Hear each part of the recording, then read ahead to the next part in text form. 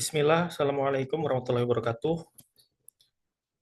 Perkenalkan nama saya Riki Darmawan, mahasiswa PJJ Manajemen, NIM 240201010098. Kali ini saya akan memaparkan dua pertanyaan untuk mata kuliah ekonomi mikro.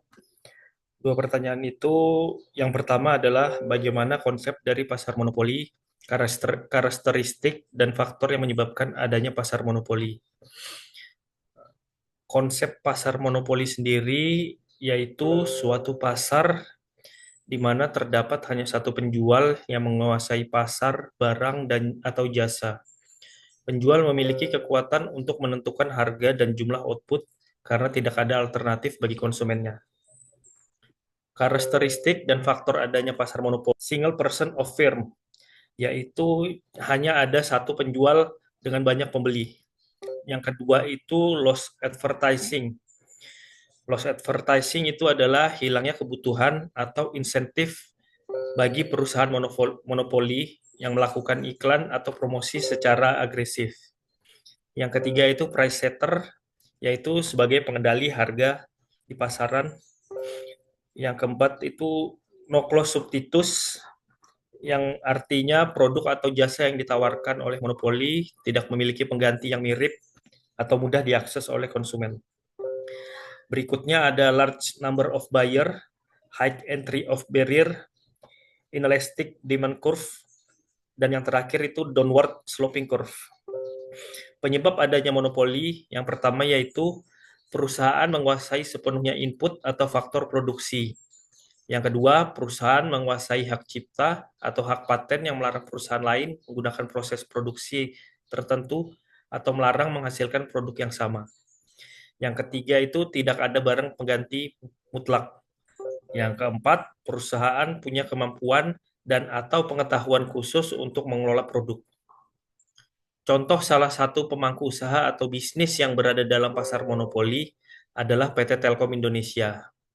PT Telkom Indonesia dapat dianggap sebagai ilustrasi pemangku usaha dalam pasar monopoli, terutama dalam layanan telekomunikasi tetap dan akses broadband. Kontrol penuh atas pasar.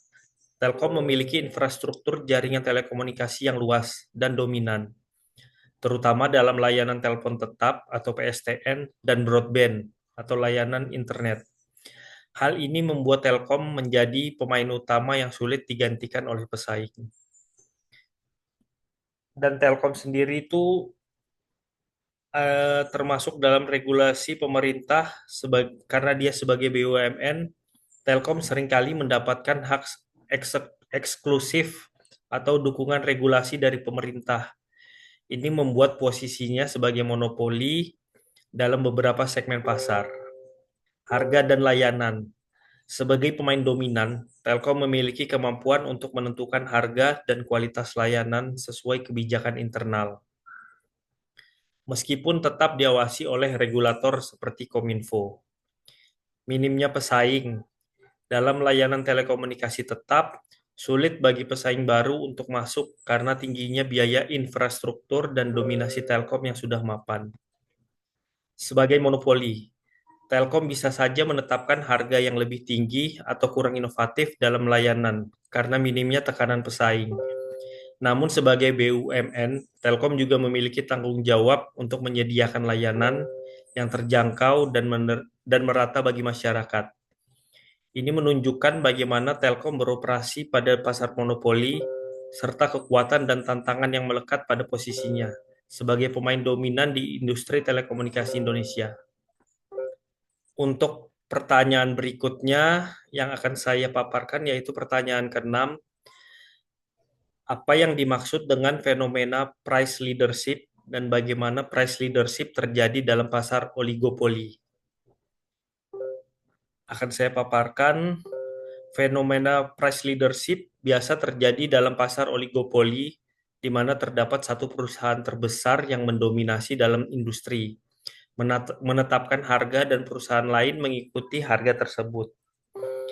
Price leadership dalam pasar oligopoli terjadi karena adanya perusahaan yang mendominasi, sehingga mereka bisa memimpin harga atau price leader di dalam pasar. Sementara perusahaan-perusahaan lain atau yang biasa disebut price follower cenderung menyesuaikan harga dengan harga yang ditetapkan oleh price leader.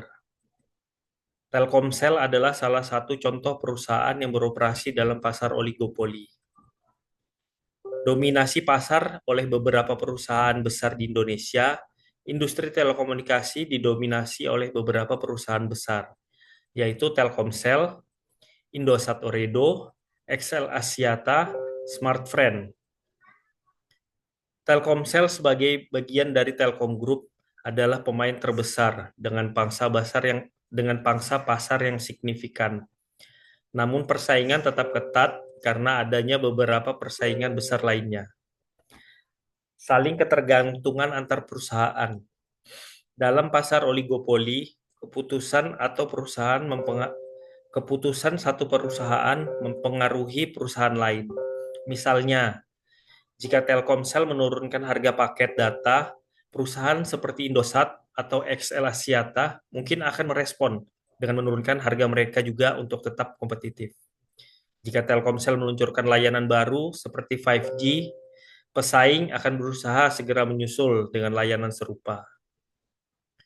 Price leadership, Telkomsel seringkali menjadi price leadership dalam industri telekomunikasi di Indonesia. Sebagai perusahaan dengan pangsa pasar terbesar, Telkomsel memiliki kemampuan untuk menetapkan harga. Ini menetapkan harga dan pesaing cenderung mengikuti. Contoh, ketika Telkomsel menetapkan harga paket data tertentu, perusahaan lain akan menyesuaikan harga mereka agar tidak kehilangan pelanggan. Industri telekomunikasi membutuhkan investasi besar dalam infrastruktur, seperti jaringan tower, spektrum frekuensi, dan teknologi.